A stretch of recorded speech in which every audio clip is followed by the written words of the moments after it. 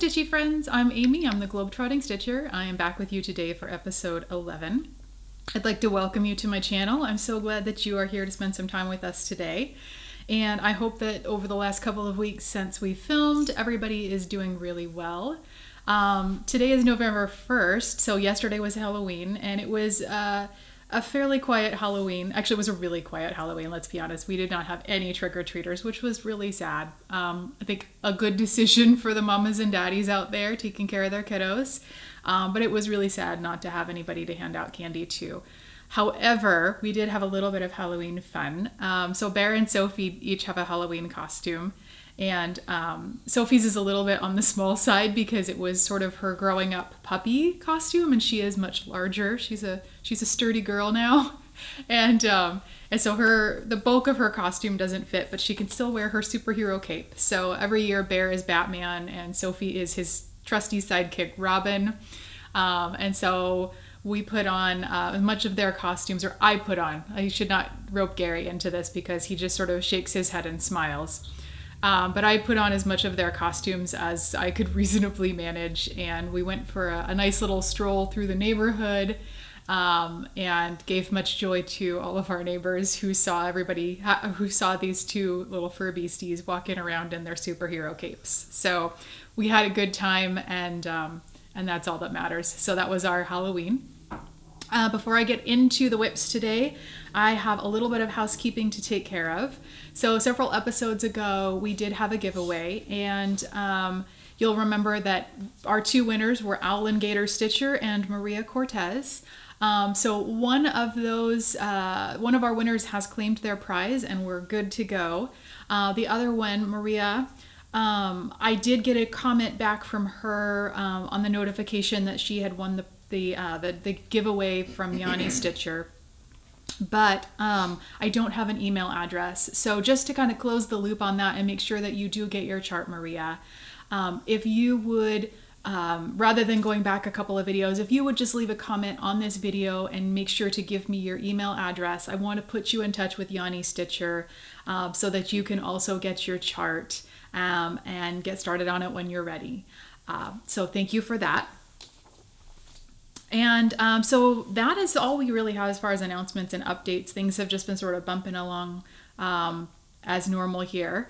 So I will get going on my whips. So since the last time we filmed, I have worked on a couple of whips. And the first one, let's see if I can... what are you trying to get? Just trying to get this one because we have a little bit of a stacking issue here. So the first one is Celtic Autumn. This is a chart by Lavender and Lace, and I am stitching it on 32 count Earthen Belfast linen by Picture This Plus, and I'm doing the Janet Granger conversion. And you will remember that the last time I worked on this, I had terrible progress. I had hardly done anything. I think I had managed to stitch one full diagonal, and that was by taking an extra day from my next rotation. I am really happy to say that I actually got to spend some real time on this this time around, and I was really, really pleased with the progress I made. So let me show you what I have accomplished. Here we go. So she is actually starting to really come along, and I'm really happy with how she's shaping up now. So this last time when I worked on her, I got another two of these little medallions or motifs done here, and really these just go so much more quickly. And obviously, I mean, they're a lot smaller, they're less complex than the big ones over here, but these are just for some reason more fun to work on than the bigger ones. So I got two more of those done, and then I actually got like close to 2.5 diagonals done, which is an amazing amount of progress compared to what I've been doing.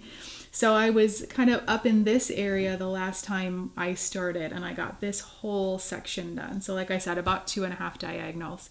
And I really felt as I was kind of wrapping up my time on this one this time around that I was starting to turn a corner on this piece. I don't want to get my hopes up that I'll actually get it finished this year, but I think there's a reasonable chance if I have a similar amount of progress in November on this as I did in October, there is a slight possibility that maybe I could actually get it finished in 2020 and get started on my next pretty lady, which will be a Mirabilia.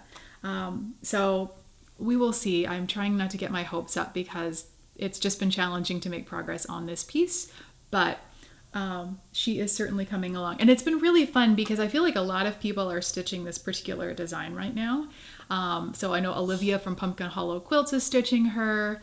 And then I've seen a couple of folks in the Lavender and Lace Celtic Lady Conversions group who are doing this particular conversion. And so it's been really fun to see everybody making their progress.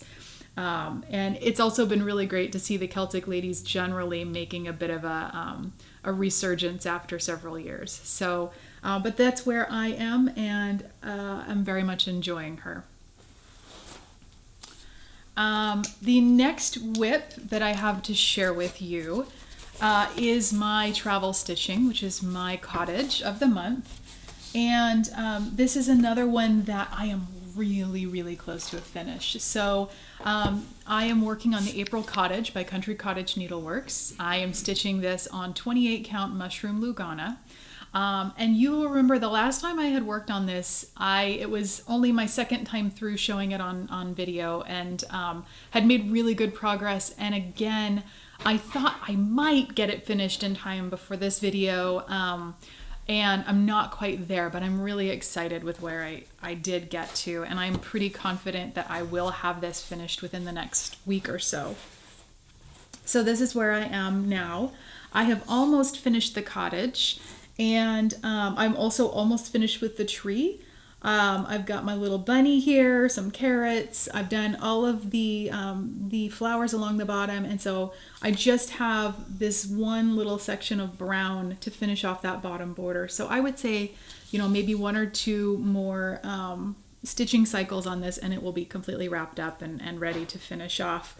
One thing I do have to tell you, I had a little bit of a working on this piece. So I had a miscount, and one of the reasons I'm not finished with it is because I did have to rip out some stitches and redo.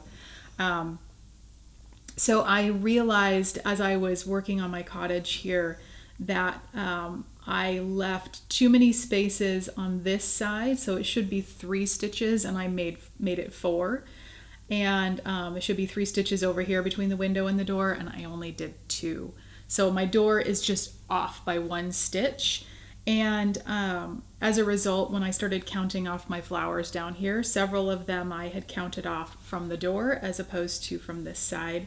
And so I had to rip a bunch of that out and redo it. I debated when I discovered the mistake with the door about whether to rip that out and restitch it as well. But I was already far enough along with the house that I felt like it was gonna, it'll look a little bit off, but I think long term, unless you know that there's a mistake there, you probably will not really notice it. So all I can say is be careful who you hire as your contractor, because these poor people who are gonna live in my April cottage are gonna, they're not getting what they paid for. It's gonna be a little bit off. That's okay. So anyway, coming along well. So hopefully the next time we film, this will be a finish and I'll have a new start to show you. And that's it for whips. Having said that, I do have a brand new start that I'm really excited about. So you will remember that the last time. I thought. What do you mean it's it for whips? We have new starts to talk about. Oh. But, what's it? Okay, I get it. Yeah. So they're whips, but they're in the new. I understand. Do we We're clear? a day away from whipperdry. That's right. We're an episode away from Right. whippishness. Pardon me. Continue. Are you done? No. Okay.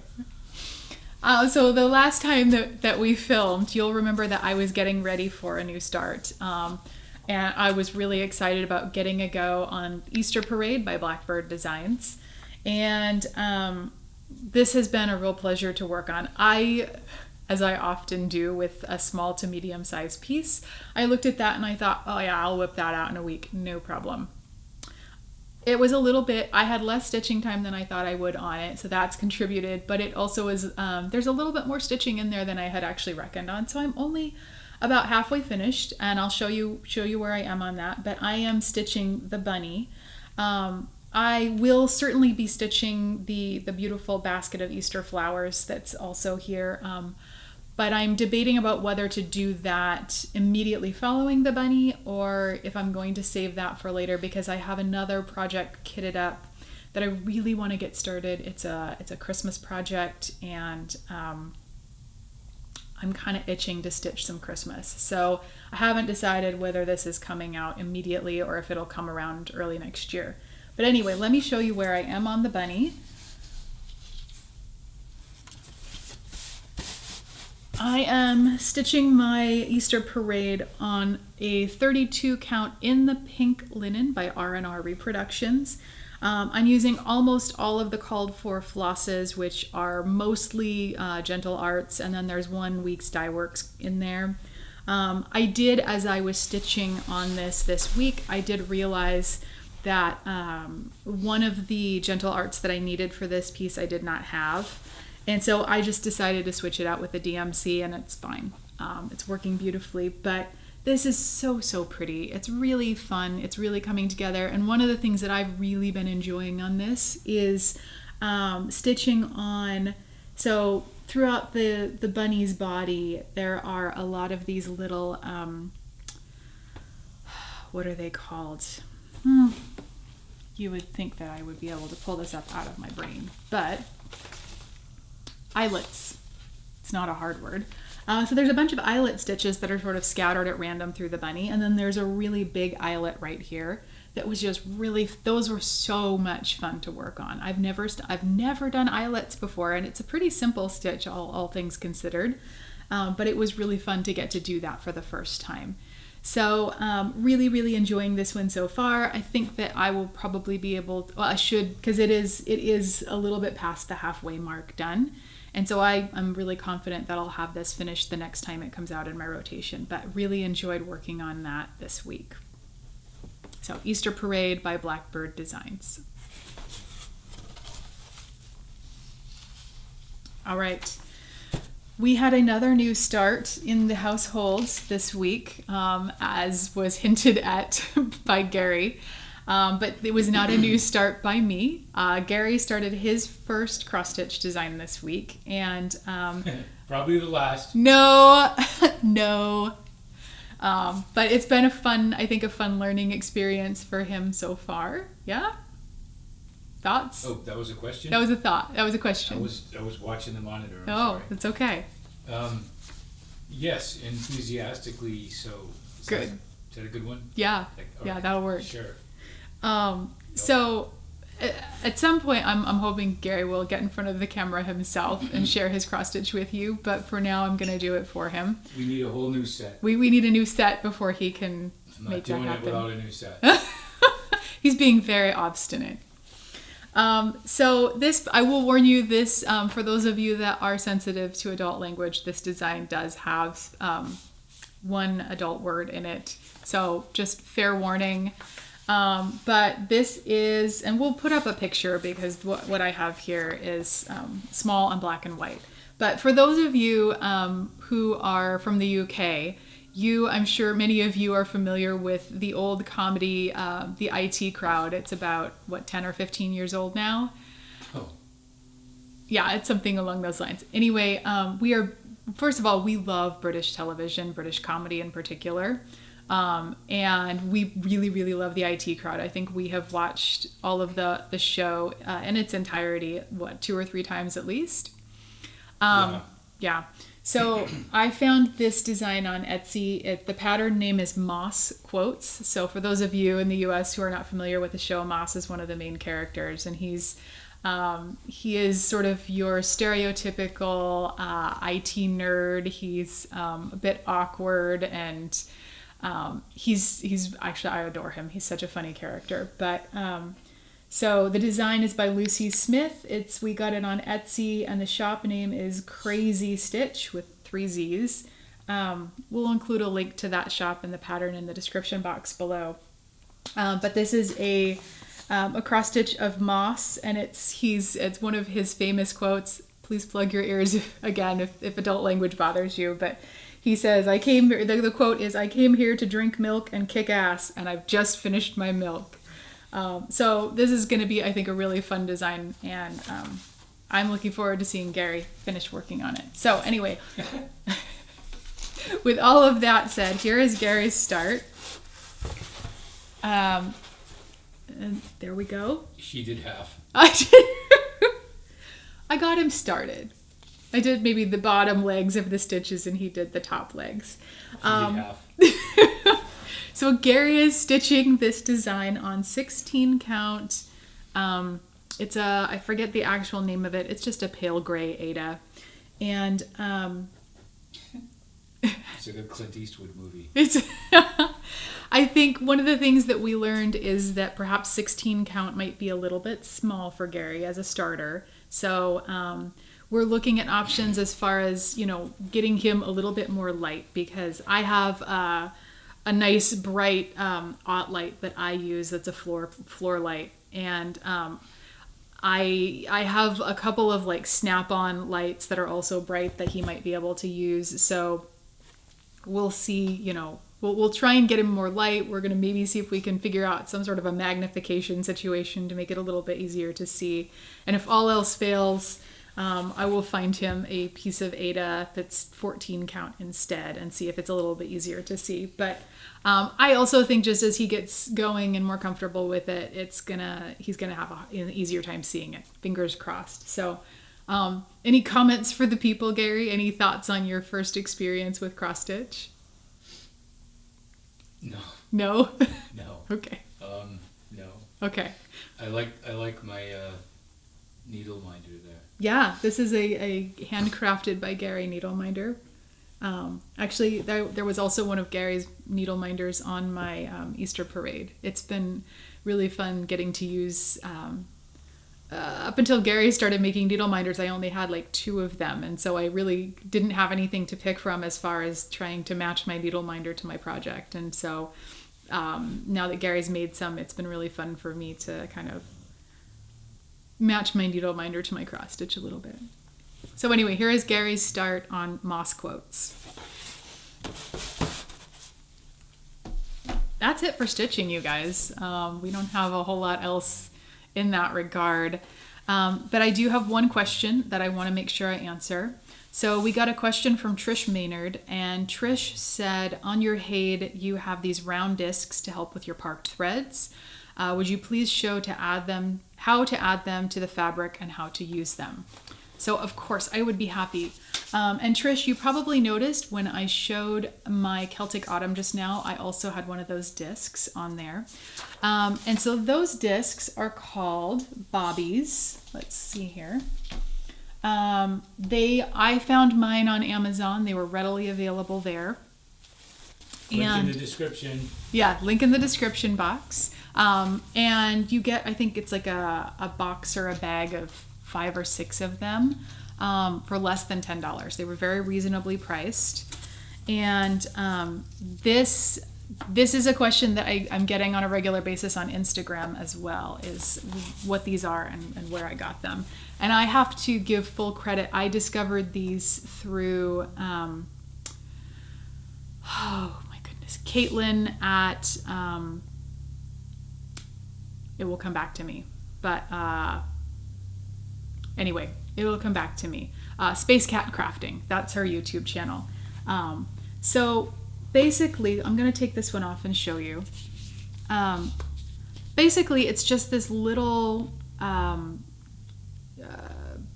circle, and it's sort of like a wheel. It's got the center section here, and it just pops open and then pops shut.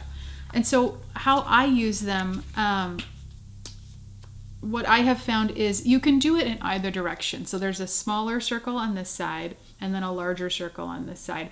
I prefer I don't think it makes a difference as far as functionality, but I prefer to have the larger circle so that it lies flat against the piece, as opposed to closing it up like this and then it sort of like pops out of the piece.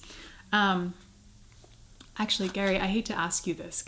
Would you mind being a hand model or would you mind holding this up for me so I can show the folks how I use this? You know the cost. Do you want to tell the people what it's going to cost? An action figure. Oh my goodness. Okay, so the way I do War this machine. is... No more talking. Go ahead. So the way I do this is you pop it open. I put the bigger circle in the front. And then I just sort of gather as many of these together as I reasonably can. Now, the way that I use them, I don't know that other people would do it this way, but I kind of start up close to the top and I just gather all of my threads together in there, around there, and wind it around. What else she's got. And then you just pop it closed. It's as easy as that. Okay, I'm going to pull it down. Thank you very much, Gary. Yes. Everybody give Gary a round of applause. But it's as easy as that. And then when you're ready to actually work those threads again, you just pop it open and gently pull it off, and it works beautifully. So I have found that to be a really inexpensive and effective solution for keeping my parked threads out of the way, as well as keeping them a little bit cleaner. And, as I've mentioned in the past, I typically don't have a problem with my parked threads tangling, but it has happened once or twice, and this certainly helps to prevent that problem. So definitely go check them out. They have been a great addition to my stitching when it comes to working with parked threads. All right, that is pretty much it. So we're going to wrap up today by telling you what I'm going to be working on between now and the next time we film.